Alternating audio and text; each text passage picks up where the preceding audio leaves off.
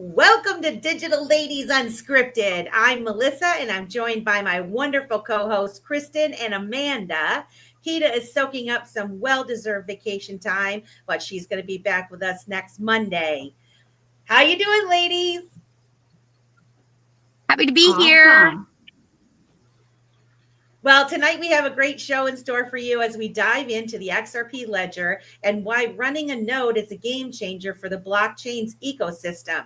We're going to explore the critical role that nodes play in ensuring XRP Ledger's decentralization, security, and reliability. From the equipment needed to the costs involved, our very own Lady K is going to share her expertise and passion for running an XRP Ledger node. Whether you're new to the XRP Ledger or a seasoned crypto advocate, this episode will inspire you to get involved and power up the network. Guys, I'm looking so forward to this conversation. I've heard of different people, running the nodes and everything. And then once I decided, once I thought about it a little bit more and I found out that you were actually running a node, Lady K, I was like, oh, I got to pick her brain about this because a couple of years ago, I ran a node for the Divi project. And I was always been curious, like, was it similar? Was I running something, like some of these other blockchains have in regards to nodes? And so I'm really looking forward to deep diving this subject with you. Welcome everybody that's in the chat, guys. We got Bradley Cicerone. I don't know how to say your last name, Bradley. Cicerone. Cicerone. We appreciate you hanging out in the chat. And Megan T says, hello, legendary friends. We appreciate you guys coming. We are at 52 people watching tonight. Please like and share and subscribe. Share this out. We get more people in here. So since this is an hour show, ladies, I'm going to just hit you with all these questions, if that's okay, Lady K. Are you on? Oh, yes, that is okay.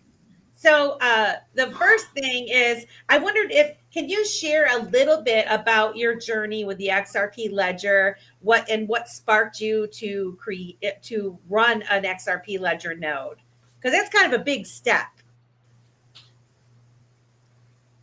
Yeah, well, one that I didn't think that I could take, right? Like, I mean, I'm be a problem. Did I lose ya? Yeah, it keeps coming in and out. That's okay though. Let's keep going and see if you keep coming back in. Are you there? Did I lose you? Nope, we're here. Uh-oh. Everything's frozen. There's definitely a delay though. There is. Can you join from your phone? You wonder if you can join from your phone. Let's see what I can do. Her internet is, she was saying, for those of you wondering, right when we were starting, she was finding that her internet was really slow. So we were hoping that it would be okay. But can you join from your phone? Yeah, that's what I'm wondering. If it might be easier. Can you guys hear me now? You keep coming in and out. We're wondering if you can join from your phone. No. If you can come back from your phone. I will be right back. All right. So anyway, we can fill it in. We can fill it in. No problem. So Amanda, have you thought about running a node? Have you ever thought about it? So what I for sure. So some of the questions that I have, like I read your questions, so you pretty much covered everything. Like for me, obviously expense, like what kind of computer is needed. But more than that, I'm very curious about like how often you have to check it, because like I imagine myself like, just my normal behavior and being like, I haven't checked it in like, 3 months or something like that, And so like how often is a reliable node person validator checking, whether there's those votes, right? Because that's one of the things, the only experience that I have with the validators or the nodes is through changes on the ledger. Specifically, the biggest one for me is when they went from 10 XRP to hold a wallet to 1 XRP. And that, that was so big because everybody who had a wallet got 9 XRP back. And so, and we were watching it sort of waiting for them to get to the threshold. So I'm super curious about how often votes are, how often you have to be checking to make sure that you don't sort of fall under the radar, whether or not, if you fall under the radar, what does that even look like? Like somebody who's stopped checking or, things like that. I'm really excited about her talking specifically because she knows a lot about how it all started and the history knows. And she's talked a lot in the past about how we're missing a certain number of months of the ledger because of the history nodes and stuff like that. Oh, so at the very beginning. At the very beginning. Yeah. So I'm really curious about that. And then I'm also curious about, they've talked a lot, randomly here and there about how they don't think that you should have to keep the whole history. And so I'm sort of curious what her sort of take on that is once we get to what we think the ledger is going to get to, when will they allow history to, for me, I really love that you can look back in time all the way, to the, beginning. But obviously keeping that kind of data might be too much. I don't know. So I'm curious about all those things. There she is. Oh. Okay, let's hope my mobile hotspot holds out. All right. It's sounding better so far, so I think we're in. That's awesome. So back to the original question.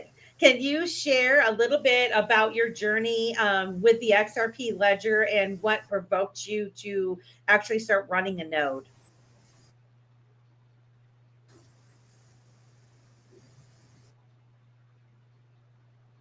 Nope. It's gonna be one of those days, man. It's gonna be one of those days. It is gonna be one of those days. I think she's gonna have to come back from her phone. If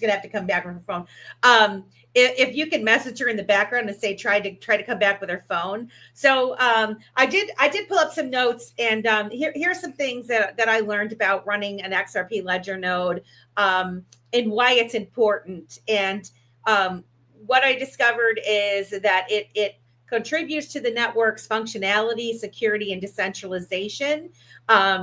In a decentralized blockchain, the strength of it relies on a diverse network of independent nodes. And so if you're running a node, you're going to help ensure that no single entity controls the network. So, from what I found, it says it enhances the resilience and censorship resistance.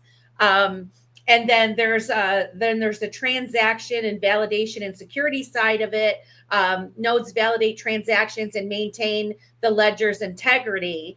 And so running a node allows you to independently verify transactions and ledger data without relying on third-party nodes, which also improves the security and trustlessness of that. Is she back yet? Nope, not yet. And then it offers you direct access to the ledger data. And so operating and guys, when Lady K comes back, we're going to dive in and hopefully she can give us some deeper dives and just this general overview of what it is. But so it gives you direct access to the ledger data, and it gives you real-time access to the transaction history, account balances, and other data. And this would be something that's critical if you're a developer or if you have a business or you're an individual building applications or services on the XRP Ledger. So if you created a wallet or you had an exchange or some other type of payment system, you're going to want to operate a node, basically. So those of you that are, creating your own businesses and the like, you probably will want to have a node. The other thing is it contributes to consensus. So if you're running a validator node to a specific type of XRP Ledger node, you're actively participating in the consensus process, which helps to confirm transactions and maintain the ledger. And those validators are crucial for the network's operation and its ability to reach agreement on the state of the ledger. So it's very important. These node operators are very important. We got her back. Hello. Is that working? There you go. This is better. Is this from your phone? Yeah. Fantastic. Yeah, which I've never connected with my phone before, so I wasn't even sure, Well, it's working beautifully. And you're like Mike TV. Am I coming in clear from Willy Wonka and the Chocolate Factory? So, Lady K, please share us a little bit about yourself, your journey in the XRP Ledger, and what provoked you to start running an XRP Ledger node. Well, I always thought that was cool of people to do. And I'm not technically challenged, but that I didn't go to school either for it, right? So I didn't think I could ever run a node. I thought that would be way above my head. And then, but I learned a lot, and I went through that XRPL boot camp, and I mean, it had me coding and doing all kinds of things I never thought I would do. And then at the very end, it was start a validator. And I was like, oh my gosh, it's going to walk me through setting up a validator. I could totally do this because I just walked through everything else, building a wallet and all that. So I said, okay, I'm going to do it. But I had to get the computer first. So I got the equipment and then went through that course and set it up. And now I'm running a validator. Man. So I just kind of went over a little bit of an overview. I got kind of halfway through. But for our audience that are new to blockchain, can you explain in simple terms what an XRP Ledger node even is and why it's a big deal? Why you should be running one, if you can. So it's node or validator. You're running the Ripple D software. The Ripple D software, is the submission node, right? That's your gateway in. It connects to the blockchain, the network, and it submits transactions and it queries the ledger. A validator does all that, plus participates in consensus. And so it's basically just running the software that keeps the transactions flowing to the ledger, and also the consensus process is what confirms the transactions to go through. And so which kind of node are you running? I'm running a validator. A validator node. Okay. Mm-hmm. And in your opinion, why do you think it's so important to the Ledger's ecosystem for more people to be running say validator nodes like yourself? It's important to have gateways into the network, and for submission nodes, and it's important for there to be validators to confirm the transactions. Now, I mean, on the XRP Ledger that, there's validators and then there's the UNL, right? And the UNL is the most trusted validator. So the network only listens to the UNL. But even if you start out as a validator, you can certainly prove that you can run it. They can see your stats and how you're running it, and, work your way up to a validator or a UNL, right? If something happens to somebody on the UNL, they're going to have to bring somebody up. So I think it's important for people to do that, so that there is how do you say it? A pool to pull from when needed. Mm-hmm. So a UNL, is that a unified node ledger? What does UNL stand for? Oh, it's called Unique Node List. Unique Node List. Yeah, and every validator and node chooses who they trust on the network. And so then the network takes the most trusted node and only listens to those nodes. Okay. All right. And how do you become UNL? From starting off as a validator to become that? What are the criteria? So that's the best thing about the XRP Ledger and its decentralization, because it's the participants that decide. So the people on my list and, Bet's list and Sugar's list and it looks at that and it takes the most trusted. So if I stop trusting a node and I take them off and other people do the same, that person will drop from the list. And if somebody new comes on and they're like, okay, I trust you, and people start adding you to their list, then that you work your way up to become the most trusted. And I mean, right now, a lot of us just use the foundation list, right? Like the foundation has requirements of who they want to put on their list, like you have to docs and things like that.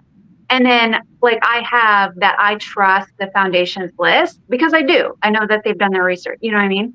And so that's where a lot of people are like, oh, well, you have to get on that list. But technically, no, you don't. You just have to get the other validators to put you on their list to become most trusted. So let me get this right. So first of all, who is the what did you call them? UNL? The foundation. The foundation. Oh, the XRPL Foundation. So the XRP Foundation's kind of like ruling it above, or like they're like the most validated of all, right? The strongest, most trusted group. Well, right? they publish. So they publish a list of validators that they trust, and they have requirements to put you on their list. And a lot of people, and Ripple actually publishes a list as well of the validators they trust. And so when you do your validator, when you set it up, you have those lists available to be placed in your validator text file of who you trust. And you can choose to put those lists in. Like I did choose to leave Ripple's list in there and the foundation's list in there because like I trust them that they've done their research. I don't know these validators, right? But I trust them that they've done their research. So I use their list. But I can also add people on my own. And if I choose not to trust those lists, I can take them off. Okay. So the role of the before we dive like more deeply into this, explain to me the importance of the validator nodes themselves, what makes them special, why they're critical, and with becoming a validator, what gives you a good rating or a bad rating, or becoming more trusted? You know, is it uptime? Is it the amount of transactions you're validating because you're up? Your visibility, transparency, like what is it that makes a good validator node?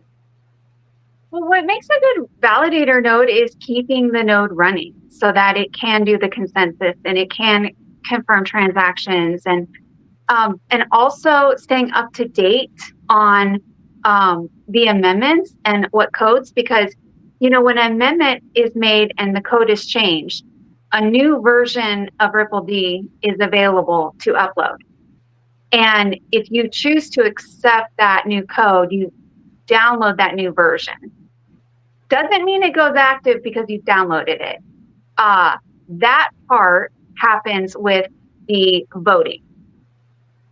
So the code, like say batch transactions is up for vote right now. We're at 77% consensus last I checked.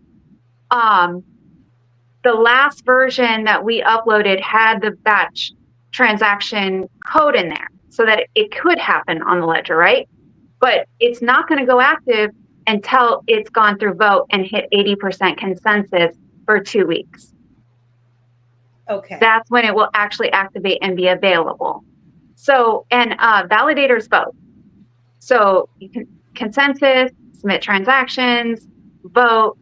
So staying up to date is also important, and keeping your validator running is important. So I remember when I was, and jump in anytime, Amanda, sorry. When I was running the Divi node, and I do recall like something similar, right? You download the node itself. The one that I ran was actually in the cloud. They were doing a cloud node. I can't even remember what it was called now.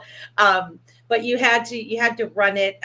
You had to run it, like download the software for it. And then, you know, like you said, we kept in contact with the developers In this case, it's XRP, like all of the XRP validators, node runners, all these people that are really enthusiastic about supporting the decentralization and security and all that stuff when it comes to the XRP ledger, right? And so, we had to keep in contact with these people. And like you say, when they had an update, we had to make sure that we were updating it so that we were running the most current one. And it's sounding to me like you are, you're showing that you're actively giving attention to these amendments, and you're voting on them, and you're taking the next step to download the proposed change so that when it's go time, they can tell how many people have already done it, like downloaded, they're ready to go, so that boom, you can all go at the same time, right? You can all turn it on or whatever. I don't even know if I'm using the right you look at it as it's available with the download. It's just not activated without the vote. And then once the vote is, then it switches on, and then that's the most current version that you're running. Oh, this is great to know. So, I mean, obviously, I think you what's our threshold? What's that? What'd you say, Amanda? Oh, I just asked, what's the threshold again? I can't remember. Because we're at 77%. Wait, can you not hear me? That. No, we can hear you. Now I can hear you. You were kind of going out, and I thought it was me again. So it's 80% threshold. Well, greater than 80. I mean, if it was exactly 80, you'd need like one more vote. So greater than 80 for 2 weeks. 85%, and then somebody drops their vote, or 2 people drop their vote, and we go below 80, it'd have to hit 80 again for a full 2 weeks. Okay. So this is kind of cool, because I see the conversations going on X, which, crypto Twitter, whatever you want to call it. There's always a lot of conversations going on when it comes to the amendments, and you see different people talking about the reason why they support it, others that don't support certain things, and then it seems like everyone's kind of coming to a consensus together publicly. Would you agree with that? Well, yeah, I mean, that's what the network is, right? It's like, it's a group of people that have agreed to the rules, and the code, is the code, right? Like, and that's where, like, if you don't hit 80%, you don't have like this consensus, it doesn't happen. So we're all running the software, and, okay. And you're not employed by Ripple, right? No. No. Right. So the reason I'm asking this is because, there's a lot of people out there that say, XRP is owned just by Ripple, and they're making all the decisions, and it's not decentralized, and all of this kind of stuff. And so you're a perfect person. Yeah. I call that 2017 narrative. Like, I mean, I can see where they were coming from in the beginning, because in the beginning, Ripple ran all the validators. In the beginning, Ripple published the UNL list that everyone listened to, right? Like, there was no foundation, none of that. So over time, Ripple has given up that control. Like, we have the foundation. They publish a list. You know what I mean? And actually now that, Ripple went from running all the validators to running one validator. So it was designed to be decentralized. In the beginning, that's, you can't just get a whole bunch of people to jump on board. Over time, that has played out like how it should have. Well, and this is the thing that I think a lot of people miss about XRP Ledger. When you really start educating yourself on it and what they've built so many tools to encourage people like yourself, like Optimistic Prime, like TextRP, and all these people that are building on the ledger. They're free to do it. Look at Zoj in Mad Labs and what he's building and using those tools that are out there. And someone like yourself who's not a tech wizard, you've decided to take upon yourself to run and participate in this ecosystem. And I think it's fantastic. By the way, guys, we have 355 people watching Digital Ladies Unscripted tonight. Welcome. You guys, there's so many people in here that I would love to shout out. You all know who you are. We've got so many of you guys. We love you very much. Thank you for coming to Digital Ladies Unscripted and supporting us. And if you have any questions, maybe post them all in caps. We're going to do our best. We do have like 35 minutes left. So if there's a like super pertinent question that you'd like to ask, please put it all in caps in there. Amanda, I have a question. Can you hear me? Yeah. I was going to say, you wanted to know about equipment and all of that. This is your line of questioning because you had a bunch of them. Yeah, I also have a question about just before what you said. I think there might be a delay for us, so I apologize. But when you said the consensus has to be for 2 weeks and they have to get an 80, they have to get 80, and that you were talking about, or sorry, 85, and you were talking if it drops back down. Greater than 80. Okay, greater than 80. So, and you were saying drops down. How does something drop down? Like, how does a vote drop down, or does it just more no's? Yeah, so I can vote yes, and then I can revoke that vote and vote no. Okay, so like if they did more research or something like that, and then find out, but it would. Yeah. Okay, and do you have to vote more than? Yeah, there is a delay. Sorry. Is there? Do you have to vote more than once? Like, is there like a vote first time and then a vote second time, or is it just the one initial vote? Generally, amendments go in as a default no vote. Sometimes, like serious bug fixes will go in as a default yes, but generally it goes in as a default no. So you have to go, you can either leave it at no, you can vote a hard no, or you can vote yes. Okay, awesome. Thank you so much. And then the next question. Oh, sorry for the delay. I might have missed it. The window. Did you say it's 2 weeks that you have to vote? And then no. when that time, how long is once it hits the greater than 80%, it has to hold that consensus for 2 weeks for it to go active. And that's where, like, at week 1, if people start revoking their votes, then it drops down from consensus and the whole thing would have to start over again.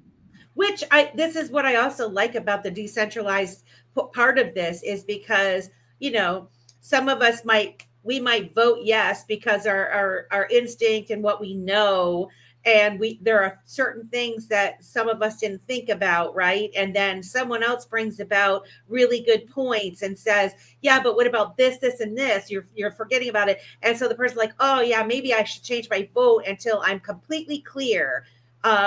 Which is, I think that's really good. I think that's a really good way of making creating a consensus that's solid, right? Unless you got people going around bullying people into, changing, but it's like, what are you going to bully really? Like, you're spending your own money and time and equipment and all that to run a validator node in the first place. So, I mean, it's kind of silly for that, but there are no rewards. There is no payment. You know what I mean? Like, I say the best incentive is your own incentive, right? And and that's why, like, being a good validator is being active and participate in these conversations and know what's going on. Because if you don't, and you're just downloading code and voting for things or not, which, I mean, if you don't do it, it's just as bad, right? Because then we don't have a network that's working like it should. So yeah. Amanda, go ahead with all your equipment questions. Yeah, I'm just curious about, what kind of computer, when you said you had to buy a computer, what that looked like. When you talked about one of the things is to keep it online, what that looks like, what voting looks like in terms of, is it a separate computer? Can you run it on your own computer? Just what the equipment in the background is, and then energy costs.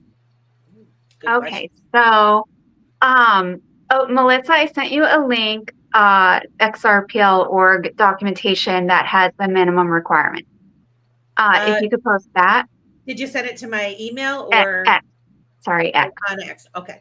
Yeah, and really, it's like, so this is kind of a tough question. There are like a minimum amount of requirements, but of course, like, you know, you run into people like Chris Thompson, who's like, I could do it on a Raspberry Pi, and you're like, cool. The thing is like, you need equipment that can run it. You know what I mean? Like, whatever that looks like. Everyone's setup is actually different. Everyone has different computers and network and internet and hardware, and so, you know, if you can get it to run, then it's going to work, right? And so I think a lot of people play around with different, you know, equipment to see what it, you know, what can handle what. I specifically got a mini Sporum computer, a mini computer, because they are energy efficient. I'm going to have to pay the electricity bill for a computer running 24/7. I wanted to minimize that cost. I'm not getting paid, right? So my computer is putting out 60 watts. And I mean, that's like, depending on like your electricity cost, I mean, what, 20 to 70 bucks a year? Mm. Yeah. And then what else? Okay. Now, as far as the costs go, you should have a TOM file that points to your validator, and that sort of verifies you. Now, you don't have to have one. You can run a validator without one, but then you're not considered verified, right? To do that, you need like a domain. I got a free domain. And then you need a hosting site. And a lot of people use like Cloudflare. I think I've heard that's free or whatever, or you can pay a hosting site. I just decided to host my own. But then it was like, well, you shouldn't have the TOM file that's open to the public on the same computer as your validator, because then, you know, maybe somebody could like try to attack it. So then I had to get a whole nother computer, run that so that I could put the, you know, TOM file on that. But I did, because I wanted to host everything myself, and I wanted to control it. Yeah. So, what is the TOM? You said TOM file, TOM? L. TOL? TOML file. Sorry. TOML file. TOML That's file. the same thing I had the problem with the coin and the image of the coin. It's the same thing. If you have a token and you want to host the image, you have to host. That's interesting. So you're hosting your whole thing. That could be a side project for you, Lady K, because anybody with a token needs a TOML file if they make it on their own. And this has been a question for years about hosting. And like, I do it on DigitalOcean. Yeah, we'll have to have that. I didn't know you guys had a TOML file. Yeah. So back up 1 second. So you had to get, so you said you got your own, basically you're getting your own website, your own domain name. Yes. To host the TOML file. Yeah. I generated the website with Nginx. I got a security certificate with, Let's Encrypt. Okay. And yeah, I put it on a computer and I host it myself, and I got a domain. So, and there's another thing about running a validator too, that actually this was one thing I thought I was, so you need like a static IP, right? Because it's got a point.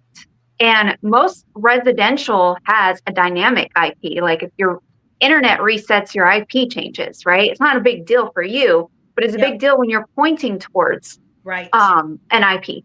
So I used a dynamic DNS service to like check. It constantly checks, and if my IP changes, it will change it so that it can still point.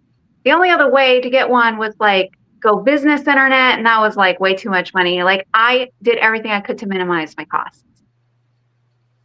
Okay, so to actually have a static, it's more expensive because it's like a dedicated business line, right? I remember that back when we were when we were doing Vita Broadcast Network and thinking about hosting our own shows and our own materials and all of that, hosting a website and, needing one of those, the static business stable, that makes sense to me. And really downloading the Ripple D software and running that was like the easiest part. That took like 5 minutes. It was setting up my environment to run it that took me like a week. And I outlined this on Twitter. You can find the thread. I remember it. I almost gave up a couple times because I'm like I said, I'm not an IT person. So when it came to like open this port so you can peer and yada yada, I'm just like, I didn't even know I had ports on my network. So the amount of things I learned, you know what I mean? Like just it was a really good experience just learning all that. Now let me ask you this. Once you have it all set up, is there somebody gives it the old once over? To make sure that you're a secured node, like a secured environment running this software. If it's running, it's working. If it's working, so there's nobody that comes and checks behind you that you've done it correctly. No, I mean it running is done correctly, right? Like it's up and running. You've done it correctly. Like if you're dropping or you're not connecting or you're not running, you have not done it correctly. Because the point is to get it up running and leave it running. Gotcha. So you can't mess it up? Well, you can run into a lot of roadblocks that keeps it from running or keeps dropping ledgers or, those types of things. So, your internet can go out or the computer can't handle it and crash. I bought a brand new computer. The disk ended up being defective. And because it was a brand new computer, I thought it was everything but the disk, even though all troubleshooting steps would say, if this still doesn't work, it's probably your disk. No, like over 3 months, I finally changed the disk and boom, it was fine. But for 3 months, I banged my head against the wall trying to figure out why this thing would crash or miss so many ledgers. And it was a nightmare. Can you tell us the difference between running a full history node versus a node that has less data storage? Does that affect the equipment needed? Like if you were going to try to run a full history node, is that substantially more? Substantially more because you're storing the entire ledger history, which is around 40 terabytes of data right now. So you need that storage, right? Now, validators don't need it because we store ledger state. I mean, in every ledger, we store the balance of every account, or as most people would think of it, wallet. So that information can be queried, like how much is in this wallet, like, at least for transactions needed, right? But like to query, I don't know, a transaction 5 years ago, you need the full history. And there are people that run that, but it takes a lot more equipment and storage to run that. They do that with Bitcoin too. There are people that run just like I don't remember what they call it, but there's the full history node, which will take you forever and ever and ever to get all those old transactions. And then there's the quicker, more condensed version. Well, here's a fun fact. I mean, the ledger is 40 terabytes of data right now. Bitcoin's blockchain is less than a terabyte of data right now. Wow. Yeah. Interesting. Is that? I'm surprised. Mm-hmm. Wow. 463 people watching Digital Ladies Unscripted. Welcome to episode 2, guys. We got more in store for you. That is a fact that that kind of surprised me. I would think it'd be the opposite, that it would be more since they've been, doing this for so long and whatnot. So why is that? Can you guys hear me? Yeah, I think partly it's because we do store ledger state. But also I think it's because XRP Ledger is used. I don't know. Yeah, we can hear you, Amanda. We can also do way more transactions. That could have something to do with it too. Different use cases, right? That's what we always say. And XRP and Bitcoin are not the same. They weren't designed to do the same things. So yeah, it's pretty cool. Let's talk about money. About how much money would you say upfront cost did it cost you to start up an XRP Ledger node, validator node? Well, I mean, I spent about $1,200 on the computer, right? And you can get computers that meet the minimum requirements for less. But like my thought was, if this goes wrong and I can't do this, at least I'll have a nice new computer. Right. So that's why I bought the computer I bought. But are you using that computer? You said you're just using that one for the validator node, right? For the nodes that you're running. You're kind of keeping, which I think is just good business practice anyway. And I mean, while you're not like making money from doing it, it is a job, so to speak, where you're supporting the XRP Ledger ecosystem and the decentralization and being part of a movement, in my opinion. And so it's smart to keep your personal life separated from your duties as an XRP Ledger node validator, right? I mean, yeah. Well, I run two of them, right? So I run Algo and I run the XRP one. And I didn't even get a monitor. Actually, I just hooked the computers up to my TV. So I use my TV as a monitor. So now my TV's being used. Yep. Yeah. Why bother, right? That's like my quote unquote crypto computer. I don't have a monitor. It's kind of a pain in the butt, but whenever I want to check it or whatever, like I dust it off, plug it in, connect the other monitor to it so I can see it. But other than that, it's just a shell. Like it's just sitting there with nothing. So, what about, well, you did kind of touch a little bit. You asked her, didn't you, about electricity costs, Amanda? Yes. Was it, I didn't catch it. Was it a good increase in electricity or not really? It's probably like around $50 a year. Oh, nothing. Yeah. But that's why I got the mini Sporum computer too, because that's very energy efficient. So like, it's just going to depend on how many watts the computer puts out when it runs it. How many hours do you think you're spending educating yourself, keeping up with the community to be a responsible node validator, in terms of keeping up with all the terms and the proposals and why we're doing this and why, how long, how many hours do you think you're spending? That part's easy because I was doing that anyways. I mean, I was on Twitter and I was talking about it and I was reading it. I was, you know what I mean? Like, so that has not changed for me. I was, yeah. I have no idea. Yeah. If you're like us, you're on there like all the time.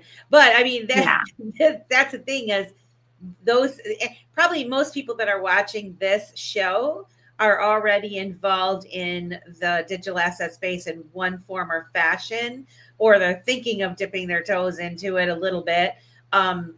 So yeah, they're just probably going to shift their attention more towards the technical side of things, right? You can't, there's only so many hours in the day. Amanda, do you have any other questions for Lady K regarding like equipment, and did you get all of your... Well, okay, so thanks for asking. So when you're okay, for those people who are not on X and not checking these things, like what does that look like in terms of like, where are you checking? Do you guys get an email when something happens, like when there's a new vote happening? And how long has it been since you started? And how many votes have you participated in? And before we leave, if you could tell us any, you were talking about the batch, any other new ones that you're aware of, and any past ones that that have either gone through or that have not gone through. Just curious about that. Okay, so I started in January of this year. And how many votes? It's, I think, 2 versions. And then what was your other question? Oh, what does it look like for someone not tuned in? I'm curious about that too, because now there is like a GitHub where amendment proposals are put out and anyone can go. You don't have to be a validator. You can go and comment on it. But like, you know, obviously, like if you don't, you know, it'd be a technical comment. You don't want to waste like people's time. Just, you know what I mean? It's not a Twitter space, right? Like we can have a Twitter space if you just want to talk about it. But, you know, there's like a GitHub where you can actually go in and like discuss amendments, and anybody can. And so like, do they go check that? I don't know, right? And so, and you could spin up, I'm trying to like gather my thoughts here. Sorry. You can spin up a validator and not even know who the other validators are. So how do you get in touch with them? There's not like you submit your email and then you get emailed updates. You know what I mean? So you sort of have to like connect with other validators and stay, you know, in the loop and stay active and participate. So if you don't do that, or you don't know who the other validators are, then yeah, how do you run it? What does that look like? Yeah. Okay, I have another question inside of that. How does somebody make a proposal? Like, what does that look like if somebody has an idea and they want to make a proposal for it to go out to the validators to vote on? Yeah, so the new foundation, I believe, is trying to set up a streamline for that, because that has sort of been like iffy, right? Because anybody can make a proposal, but then it's like, does it get to the people that like, do you code it or do you have someone else code it? And then once that's done, who checks it? And then who, you know what I mean? So there's like a lot to that. And so I think that goes off of reputation and knowing people at this point, because there isn't a better streamlined process. I mean, it seems like they're kind of letting it organically happen, which is what you want in a decentralized system. So, you know, in one way, you know, sometimes people want it to be like, well, we want the boss. That's who's going to say that things are going to go down this way, right? But in a decentralized environment, community driven, you kind of need it to be the way that it is, right? And just like chickens with a pecking order, it's going to happen naturally, right? It's just going to. And the people that are spending the most time and effort and that are working on the ledger are the ones that are going to be, you know, those that yell the loudest, those that participate the most are going to be the ones that people have their eyes on. And, you know, I would say anybody that has issues with that, then they would just need to step up, right? Step up and show us what you got. And, you know, right. And, you know, they could, I'm sure there's been times when people have come up with different ideas and proposed different issues, and they've been looked at and talked about and all of those things. And so, I mean, I think it really does depend on how much you really want to be involved, right? Because you're not getting paid. Again, back to it. This is all people that are passionate about the ledger and making it decentralized for everyone to use, right? Use all those tools. We have about. I have another question. We have about 11 minutes before the end. So, how many validators are there right now, and how many validators can the ledger host? And can you host more than one validator yourself? Yeah, I mean, since there's nobody to stop you, you can host however many validators you want, right? I mean, I don't know the point of that though is, but and there's about 190 validators right now. There's about 1,000 submission nodes. And what was your, you know, I'd like to point out, this is why I like the UNL concept, right? Because it's 80%. So, okay, I just spin up however many nodes I need to hit that. No, because it doesn't matter if you spin up a node, you then have to actually be trusted by the participants in the network for the network to listen to you. So I like that concept. And what, did I miss any of your other questions? I can't remember, but I do want you to touch on quorum because you haven't mentioned the word quorum. And every time you talk about this, you've always talked about quorum. So I'm sort of curious about that. Oh, my other question was how many can it host? Like, what's the maximum amount? Oh, And you also just said a word that I did the difference. Okay. Yeah, And you said submission node. Is that a normal node? That's what I was wondering. Submission node or stop node, whatever you want to call it. It's not a validator. Is that different than a validator node? Yeah. So that's the one that submits transactions, sort of like a gateway, right? It queries the ledger and it connects the network. That's a validator. That's a submission node. Yeah. Okay. And that is open to the public. A validator does all those things, but also participates in consensus. And a validator is private, so it's more locked down. So is there 3 types of nodes then? Yeah. Oh. Well, if you count full history as a type, yeah. Okay. Well, and then there's, which we should not go into, but there's like XRPL hub. And so that's what David Schwartz just put up. And that should help like connecting the peers. So someone could run a submission node or a validator node? Yes.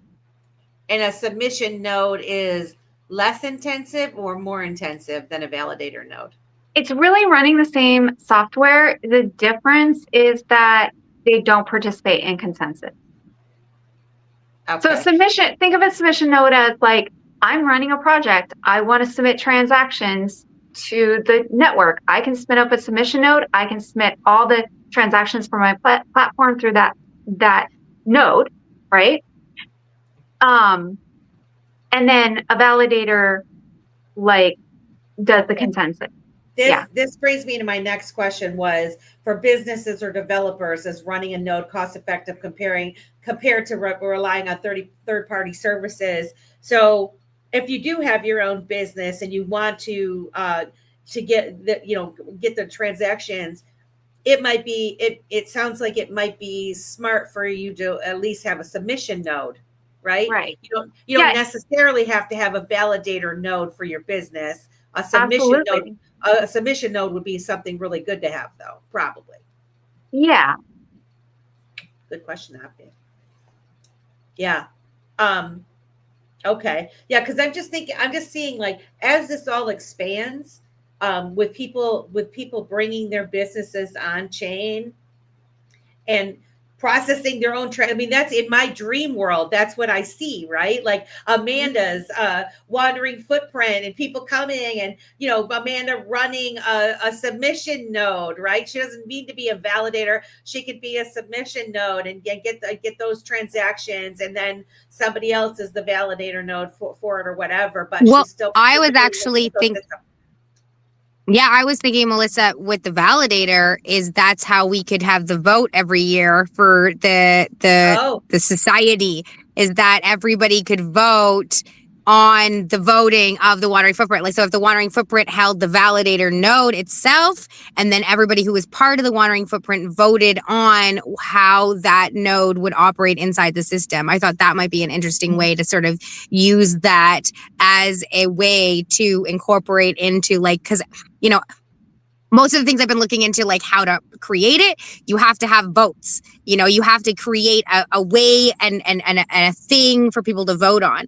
So this might be an easy way to sort of define it in the first couple of years as, a way to, start getting people more involved. And then with Lady K and you both being part of the Wandering Footprint, who knows, we could maybe get, how cool would it be if a lot of the Wandering Footprint people ended up being, validators in the end, because with you on our side, it becomes a lot less intimidating.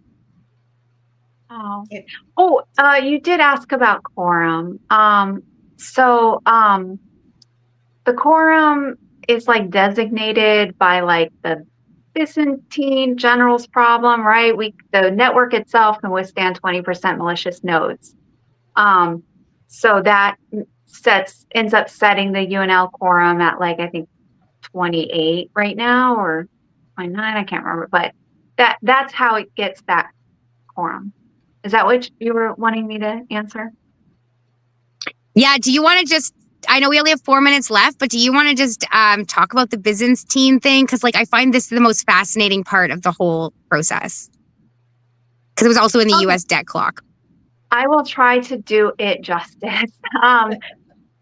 So the Byzantine generals problem is basically like it came from a theory of like you have these generals and how do you coordinate an attack when you don't know which generals are compromised and which generals aren't. So this whole idea of how does like a network or a group of people come to consensus, right, has been a problem. And so like this is where the XRP ledger, like it does, oh, I don't know if I'm gonna connect this right, but you know, they modeled it after this, right? Where it was 1/5, so that's 20%. So the network itself can withstand 20% of the nodes being malicious before it's an issue, right? And then with the UNL, I think it distributes trust good because like I was telling like Opti, let's take her project for instance. She's like, I'm worried about bad people coming in and just taking majority. Well, in this case, right, like we have 190 validators, right? We don't know who all they are. However, we choose in our validator who to trust. And then the network only listens to the most trusted. So it's like you can be a random person coming in with malicious whatever, but if you haven't got other validators in this network to trust you, no one's going to listen to you. And this is what I love about the XRPL consensus. I like it. Did that answer it? Opti? Yeah. And yeah, I just love it because it was in the US debt clock and most people don't know about this into that whole thing. And I just can't wait till I can vote for you. I want you, like, I can't wait for you to celebrate when you become a UNL. And is there any way that like we can vote for you like as a non-validator, or do you have to be a validator to like give your trust? Okay. Yeah, so there you go, guys. If we want to make her UNL. And you have to put me in your validator that you trust me. And that's how the network runs. Fantastic. Guys, we got a couple minutes left. I do want to say thank you to XRP giving us $5 tip. We love you. Thank you so much. And also XRP or XR Papa 777. It's got to be a shout out to Amanda for sure. And DC Crypto Tiger, Lady K, I've known your words for months, but today I finally see your smile, and it's even more beautiful than I imagined. Thank you so much, guys. That was very nice of you. Before we go, I'm trying to think of 2 questions. What's one thing you hope the audience takes away from this episode about why you should run an XRP Ledger node, and any final words of encouragement for someone who's wanting to do so? Okay, so it's really just about learning how, and you can learn how to do anything, right? So that is my final word. That is your final word. And if somebody does want to get more information on how to do it, where would you tell them to go?